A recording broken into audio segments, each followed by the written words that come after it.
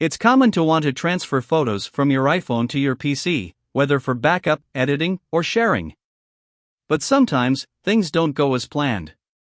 This article breaks down how to transfer photos, why sometimes it doesn't work, and what apps can help with this process, especially when your iPhone decides to play hide-and-seek with your computer.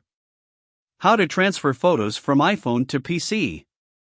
You can transfer photos from your iPhone to your PC with a USB cable or use iCloud Photos Windows app to download synced photos to your PC.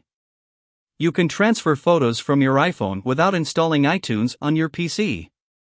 The driver should install automatically, and your PC should recognize your iPhone within the matter of seconds. How to recover photos from iCloud. Here's the answer.